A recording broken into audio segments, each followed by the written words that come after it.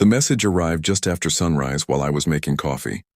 My phone buzzed once and I smiled, expecting a friendly check-in from my father. Instead, I read, "We're using your lake house next weekend for 20 guests. Fill the fridge before we arrive." There wasn't a greeting, no question. "No, would that be okay?" It was written like an order. I stared at the screen for a long moment. That little cabin on the lake wasn't a family vacation home. It belonged to me. I had spent years saving every spare dollar, working weekends and taking on extra shifts until I could finally afford it. Every chair, every painting, every fishing rod, and every coffee mug inside had been chosen by me. I typed one simple word, "No." The reply came less than a minute later. "Don't embarrass me. I've already invited everyone." I placed my phone on the kitchen counter inside. For years, my father had expected everyone to rearrange their lives around his plans. My older sister usually gave in. My younger brother avoided arguments by disappearing. Whenever family drama started, I was the only one who had begun setting boundaries. Growing up, saying no to my father wasn't really allowed. If he wanted help moving furniture, you helped. If he volunteered you for a project, you showed up. If he borrowed something, you never knew when or if you would get it back. Buying the lake house had been my biggest achievement because it represented something I had never truly owned before. Independence by lunchtime. My phone had exploded with messages. My aunt wrote, "Your father says you're canceling the reunion." A cousin texted, "Is everything okay?" Another relative said, "It's only one weekend." Nobody asked for my side of the story. Apparently, my father had told everyone that I suddenly refused to host the family, after agreeing months ago. The problem was I had never agreed to anything. That evening, my sister called. "Please tell me this is a misunderstanding." I explained exactly what had happened. She was quiet for several seconds. "He never asked you, no. He told everyone you offered."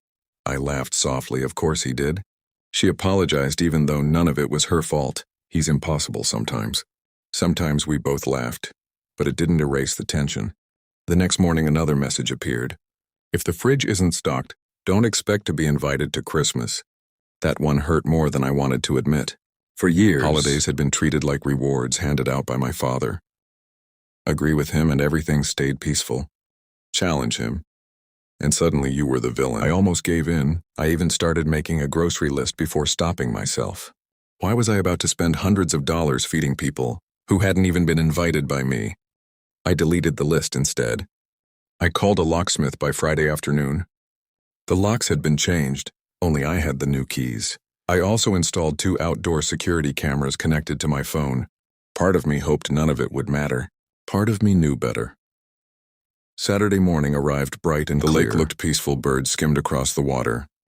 I made breakfast on the porch and tried to ignore the knot in my stomach. At exactly 10 a.m., my phone buzzed with an ocean alert. A convoy of SUVs rolled into the driveway. 23 people climbed out. Children ran across the lawn. Someone unloaded coolers. My father walked confidently to the front door carrying a ring of keys. He tried one, then another. Then another. None worked. He frowned. I watched through the camera. As confusion spread across everyone's faces, he knocked loudly. No answer.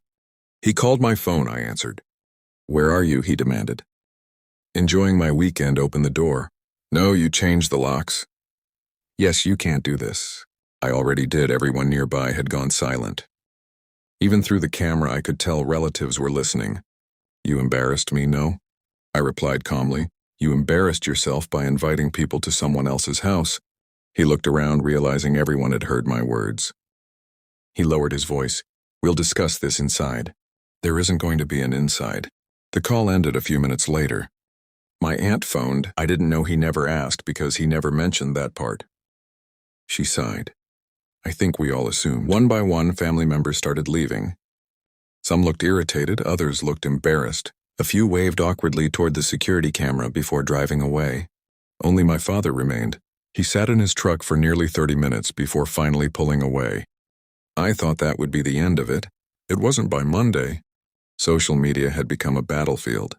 According to one of my cousins, I was selfish. According to another, I cared more about property than family. Fortunately, several relatives had finally learned the truth. My sister posted one simple sentence. "You can't volunteer someone else's home without permission." She never mentioned names. She didn't have to. People understood. Over the next week, something unexpected happened. Relatives began calling not to criticize but to apologize. An uncle admitted my father had done something similar years earlier. With his hunting cabin, a cousin confessed. She'd been pressured into hosting birthdays she never wanted. Even my grandmother quietly admitted, he's always expected everyone to say yes. For the first time, people weren't making excuses. They were acknowledging a pattern. 2 weeks later, there was another knock at my door. It was my father. He looked older than I remembered. He held no gifts, no dramatic speech. Just silence, finally. He said, "Can we talk?" I invited him onto the porch, but not inside. We sat facing the lake after several minutes. He spoke, "I suppose you're waiting for an apology." I wasn't waiting for anything. He nodded. I shouldn't have assumed. I stayed quiet. I also shouldn't have lied to everyone that surprised me. He rarely admitted mistakes. I spent so many years acting like I was still responsible for everyone's lives. He continued that I forgot you're adults. The words weren't perfect, but they were honest. I bought that cabin because I wanted one place where my decisions mattered. I said, "I know no one gets to invite themselves." I understand for the first time in years. We had a conversation instead of an argument. It didn't magically fix everything. Trust isn't rebuilt in a single afternoon. It returns one choice at a time. A month later, my father called again. This time he asked, "Would you be interested in having a family barbecue at your place sometime this summer if you'd rather not?" "I completely understand," I smiled. "When were you thinking only if it's okay?" "It is. We agreed on 8 people. Not 20, everyone brought their own food. No one expected me to pay. No one treated my home like public property. The atmosphere felt different, relaxed. Respectful people laughed by the dock, while the kids skipped stones across the water. Even my father noticed this is nicer than those huge reunions. He admitted it is as the sun disappeared behind the trees. My grandmother leaned over and whispered, "Funny how boundaries didn't destroy the family." I smiled. They actually saved it. That night, after everyone had gone home, I stood alone on the porch listening to the gentle waves. The lake hadn't changed. The cabin hadn't changed, but something inside me had. For years, I believed saying no would cost me my family. Instead, it taught them how to treat me. Sometimes love isn't proven by endless sacrifice. Sometimes love begins with a single boundary. That tiny one-word text, "no," felt terrifying when I sent it. Yet it became the most important conversation I had ever started. Because respect cannot exist without permission. Generosity means nothing if it's demanded. And a home only becomes peaceful when the person who owns it finally believes they have the right to protect it. Looking across the quiet water, I realized the cabin had never simply been a building. It was a symbol of every hard-earned lesson that brought me there. No one could take that away. Not with a text message, not with guilt. Not with pressure. The lake remained calm beneath the evening sky. And for the first time in many years, so did I.